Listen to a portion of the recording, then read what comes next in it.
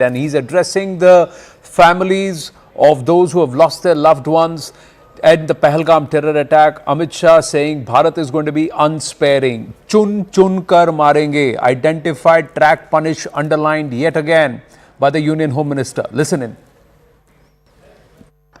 हमने पहलगांव में जो आतंक की भेंट चढ़े, जिनका बलिदान हुआ, वो हमारे प्यारे भाइयों बहनों को श्रद्धांजलि दी।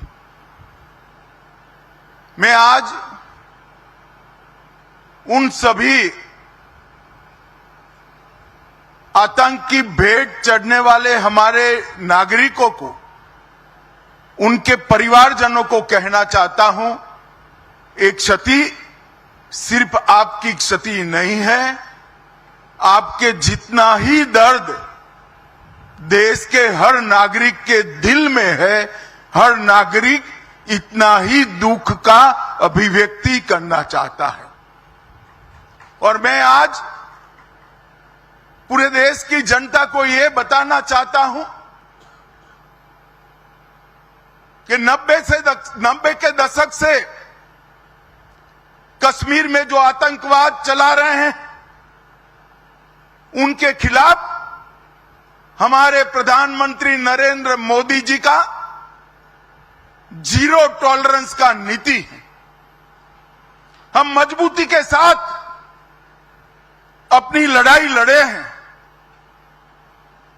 और आज वो ये न समझ ले कि हमारे 27 नागरिकों का जान लेकर ये लड़ाई जीते हो। मैं सभी आतंक फैलाने वालों को कहना चाहता हूं कि लड़ाई का अंत नहीं है, एक मकाम है। हर व्यक्ति को चुन चुन कर जवाब भी मिलेगा, जवाब भी लिया जाएगा।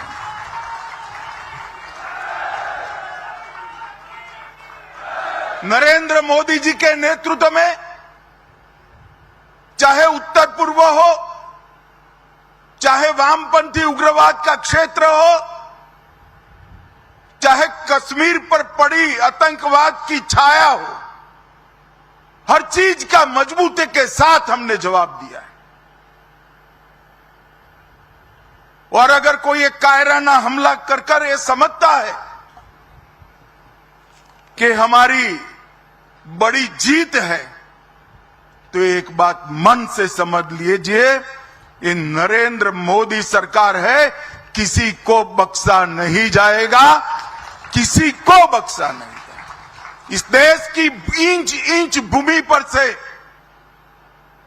आतंकवाद को मूल समेत उखाड़ने का हमारा संकल्प है और वो सिद्ध होकर रहेगा। और इस लड़ाई में न केवल 140 करोड़ भारतीय, पूरी दुनिया भारत के साथ खड़ी है। लामबंद होकर सभी दुनिया के देश एक मुश्त होकर आतंकवाद के खिलाफ ये लड़ाई में भारत की जनता के साथ खड़े हैं। और मैं फिर से संकल्प दोहराना चाहता हूं, जब तक आतंकवाद समाप्त नहीं होगा, हमारी लड़ाई चालू रहेगी। और जिन लोगों ने एक कृत्य किया है, उसका उचित दंड उनको निश्चित रूप से दिया जाएगा। Big statement, strong statement, underlining what the Prime Minister has committed to the nation, once again saying that the pain of the families is the pain of every person in the country. We all want retribution. We all want the perpetrators to be taught a lesson. And here is the promise, एक एक को चुन चुन के मारा जाएगा. We will root out आतंकवाद from its very roots. उसकी जड़ से उखाड़ फेंकेंगे. That's the point. Now again, the message, Rahul Shivshankar, is when a nation is perhaps getting a tad impatient, saying where is the action, where is the action, they are saying we are not going to bomb Pakistan. Our fight is not against a sovereign nation, it's against the perpetrators of terrorism. It's a war on terror. We will identify, track, punish. He's underlined that again. Anand, first of all, we should not be looking at time scale. time scale, I mean, you could conduct an operation tomorrow, but it might be a peripheral one. Yeah. And yes, you would have kept the so-called, media wolves, you could have kept the opposition wolves, you could have kept the expectation wolves at bay, but it doesn't mean it'll be effective. I think when India has to strike, it has to strike hard, it has to strike visibly, it has to strike with intent and reimpose deterrence on Pakistan. And for that, there is no timeline. You need to build up to that. So I think that the government is doing the right thing. It is walking up, right now, the diplomatic escalatory chain, the economic escalatory chain. Already, Pakistan is losing $300,000 US a day because of India's NOTAM.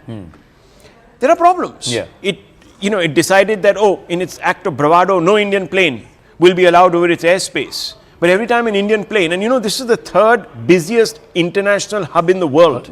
And Indians travel to Europe constantly, to America, etc. Those planes were going over Pakistan. They're not going to make any money out of that. You already have the specter of loans being given to Pakistan. Yeah. They just come out of, the inflationary crunch. Now with all these trade embargoes that India has kicked in, all those little checks that you had taken to control inflation, etc., all gone. Yeah. So Pakistan is being bled even as we speak, actually. True. It's in a bad situation. Have you not seen the protests on the streets? Yeah, the protests on the streets are there. Viewers, remember, they've just got about 16 to 17 billion dollars worth of reserves, of which about 9 billion is of the Saudis. They cannot touch that money. It's just guaranteed to ensure that your entire government doesn't crumble. But till the Saudis say you can touch that money, they can't touch that. Every week that they're going to spend in war drills, they're going to leak about $1.8 billion. That's the estimate. So they have just about 3 weeks or 4 weeks of war preparation ability. Otherwise, they got no money. 9th of May is when the IMF bailout comes out. Now, given the fact that we're putting out so much of proof, the fact that it originated out of Pak soil, there is a certain level of state backing, given what Khwaja Asif himself has come out and said that we blocked the UNSC statement and mention of TRF there. There is enough and more case for Bharat to very strongly say the IMF should not bail Pakistan out.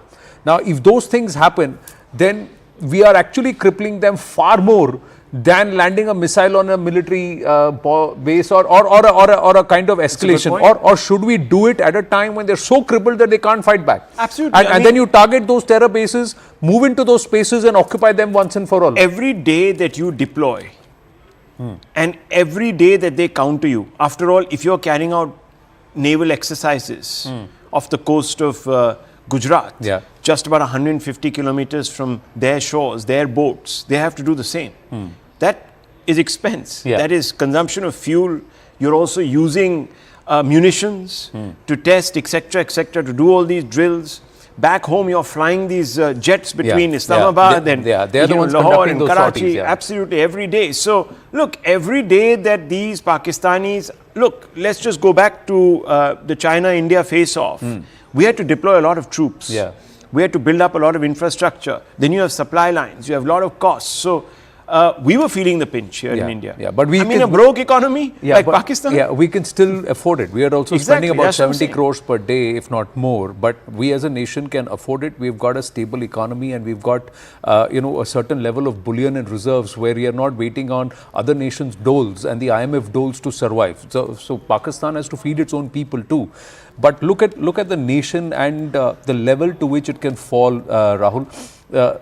We as a nation will accept even people who have illegally left this place and entered another country, we bring, because they are our people. We will go to great lengths to save them, secure them, bring them back. Look at the Pakistanis at the Atari border. Pakistani nationals are waiting on the Indian side at Atari because Wagah will not accept them. Now, what kind of, they did not accept their dead at Kargil, now they're not accepting their living.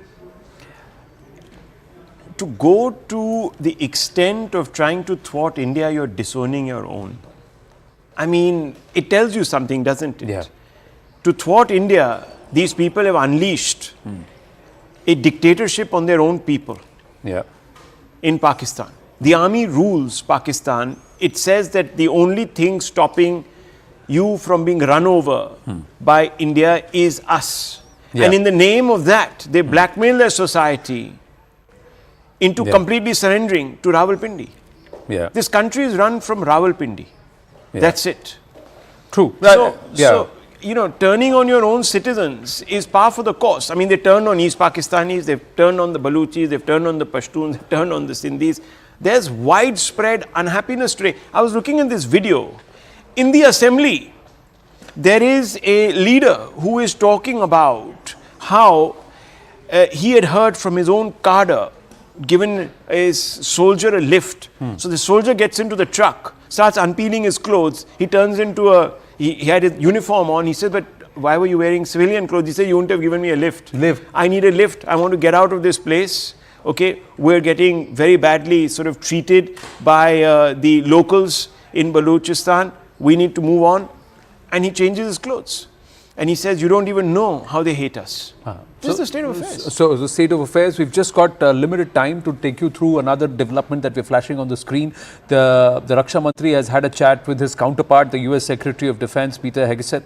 And they've said, and this is the statement that's been released by the Raksha Mantralaya. They're saying, expressed earlier today and expressed his deepest sympathies for the tragic loss of innocent civilians in the dastardly attack in Pahalgam. Secretary Hegseth has said that the US stands in solidarity with India and supports India's right to defend itself. He reiterated the strong support of the US government in India's fight against terrorism. During the conversation, the Raksha Mantri told the Secretary of Defense that Pakistan has a history of supporting, training and funding terrorist organizations. He further said that it is important for the global community to explicitly and unequivocally condemn and call out such heinous acts of terrorism. Now, again, does this hint quickly, Rahul? Well, I've got to wind up. We've run out of time. We'll take this conversation forward. So clearly, there is a ratcheting up of diplomatic pressure, strategic pressure, geopolitical pressure, economic pressure. Perhaps the kinetics, the spot-on tracking and punishing will be the last when the enemy is on their knees. Winding up on that note, Plain Speak with Shivani up next.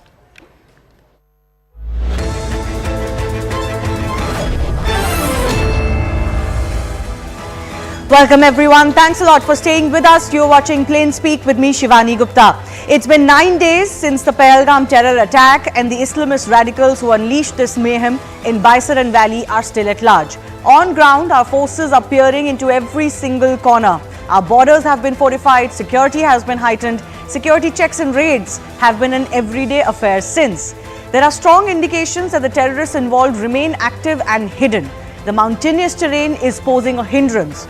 These terrorists have become more and more sophisticated and they carry high-tech gadgets. They have also learned to be self-reliant in dense jungles. But there is no doubt, despite our forces' superiority, it's taking a bit